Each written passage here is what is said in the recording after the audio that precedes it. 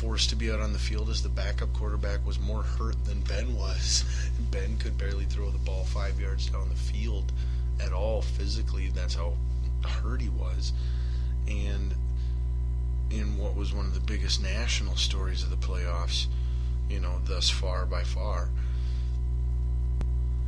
the Bengals proceeded to give the Steelers, I want to say it was 36 yards in one post-play penalty. Well, technically it was one post-play, 2 penalties.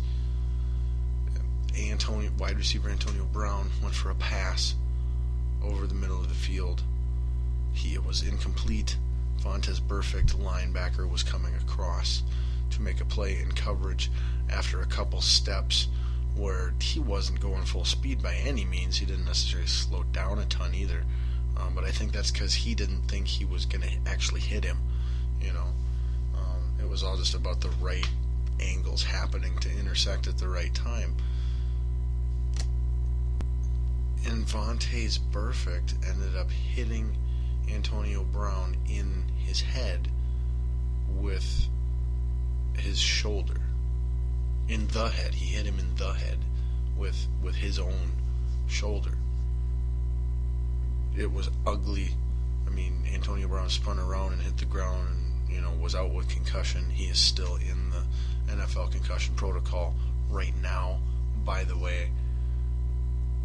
But because of how chippy and hostile the whole rest of the game had been, fans throwing beer at Big Ben as he's riding on the cart with his injury, everybody just assumed it was a mean, malicious, intentional hit. So they flagged him for it. That was like a 15-yard penalty or whatever. But then after they threw that first flag, then there was Steelers coaching staff and stuff out there getting into it with Bengals players and vice versa.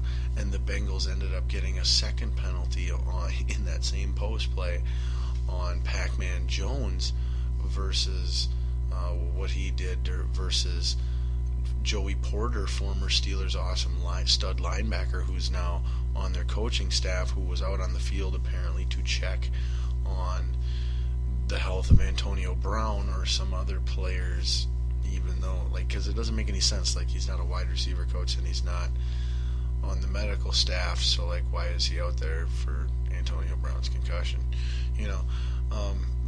But it provoked a second penalty. So yeah, I want to say it was around 35 yards, something like that, just in that one post play that they gave him. So I mean, if you're at the frickin' 20-30 yard line, let's say you're at the 30 yard line already when that happens, that moves you to the 40 yard line. Now you need 10 more yards for a 47-yard field goal, which I want to say something like that is, about what happened. And the Steelers ended up winning 18-15. They will be going to Denver here in round 2. If the Steelers look so banged up right now, it is going to take a remarkable effort on their part and just a horrible effort or meltdown on the Broncos' part, where, by the way, Peyton Manning will be making his first start since he went out with injury many weeks ago in the regular season. Brock Osweiler got hurt in their last regular season game. Peyton came in, helped him win it, played well. Brock hadn't played great. Really not terrible by any means either. Still allowed them to win games and be the number 1 seed, but he didn't really do anything to wow anybody or go, yeah, you gotta keep him in. So now they've used that excuse to get Peyton back in the starting job. I don't really know how hurt Brock really is yet at this point. Brock Osweiler, the Denver Broncos' other quarterback. But even if they are saying that he's, too hurt to play, I don't buy it. I think this was the perfect fall in their lap solution. because that was their big question, just as a team, as a fan base, from the media, everything, and it was going to ultimately provide the distraction that hurt them. Is who's your quarterback? Who's your quarterback? And so this just made it an easy answer, and the one that I think kind of everybody, other than maybe the Broncos front office, and possibly locker room, but I don't know about that, was hoping to play out, was that Peyton would get back in. Here's a final game or two where we can all say goodbye to Peyton, and it's in the playoffs, and it's for something, and he's on a great team, and all those ingredients. It's just right. And so I think being in Denver against a Pittsburgh Steelers team that has their backup quarterback and their other backup quarterback are pretty much all out, and their starting quarterback, all-world player, is barely able to play, it's going to be tough for him. Their all-world running back's been out for a long time, that being Le'Veon Bell. Their stud backup is out as well, that being D'Angelo Williams. But somehow, and Antonio Brown, like I said, is still in the concussion protocol, so there is no, nobody knows if he's going to play or not. Look at the injury report ultimately when that game starts. If the Steelers don't have Antonio Brown on that injury report, I'll probably go with the Steelers. But if Antonio Brown's on that injury report, and depending on where Big Ben is on that injury report as well, I just, it's going to be hard for the Steelers to win that game. But at even close to full strength, just with a healthy Big Ben and Antonio Brown, third string running back, I think they still go in there and probably win that game. But just so many things stacked against them. The way they beat the Bengals, it could be possible that they're a team of destiny this year. That they would be the team of destiny on the AFC side, or possibly the Chiefs would be your other, possible destiny team if such thing exists and is occurring in this year's playoffs. But ultimately, I'm going to pick the home team just because they're healthier and they're at home. And style-wise, you always like to take the number one offense. Anytime, this is basically the number one offense or one of the number one offenses versus the number one defense or one of the number one defenses. And anytime, style-wise, you have that much more often than not. The great defense beats the great offense. We saw that in the Super Bowl with the Seahawks and the Broncos just 2 years ago. So that being said, now with the Broncos being the better defense and the home team, like I said, I think and healthier, just more reasons. It makes more sense that Denver wins this game. However, it is possible that the Steelers win it, but I think they're going to have to be, like I said, semi to fairly healthy, at least when it comes to Antonio Brown, wide receiver, and Big Ben, in order for them to win this game. Without those two able to contribute when necessary, when the opportunity presents itself, when called upon, I don't see the Steelers having a chance to win this game without those two being able to contribute. So then moving on to the other game last week, and then this week in the AFC, would be started with the Kansas City Chiefs, the red-hot Kansas City Chiefs, crushing the home team AFC South garbage division winning Houston Texans, where Brian Hoyer, quarterback of the Houston Texans, had an epically horrible game, threw 4 interceptions and lost a fumble, 5 turnovers from their starting quarterback. They lose 30-0. Like, yeah, your starting quarterback has 5 turnovers and you got blown out. Big shocker. That's just what happens. And of course, the Chiefs would be the team to do it. They have not lost since they lost to the Vikings in like week 5 or 6. It would have had to be like week 6, I want to say. Maybe even week 7, week 6 or 7, somewhere in there. But they went 1-5, and then have now gone on to win the last 10 games of the regular season in a row, as well as their first round playoff game. They've done this all without Jamal Charles, their best offensive player, their stud running back. He went out on season-ending injury before they played the Vikes, like the week before, like 1 or 2 weeks before they played the Vikes is when that happened, so super early on. Killed one of my fantasy teams. But Alex Smith has quietly been one of the, if not the best game managing quarterbacks all year, but he manages the game in many ways. He's actually got very good rushing statistics that no one ever brings up.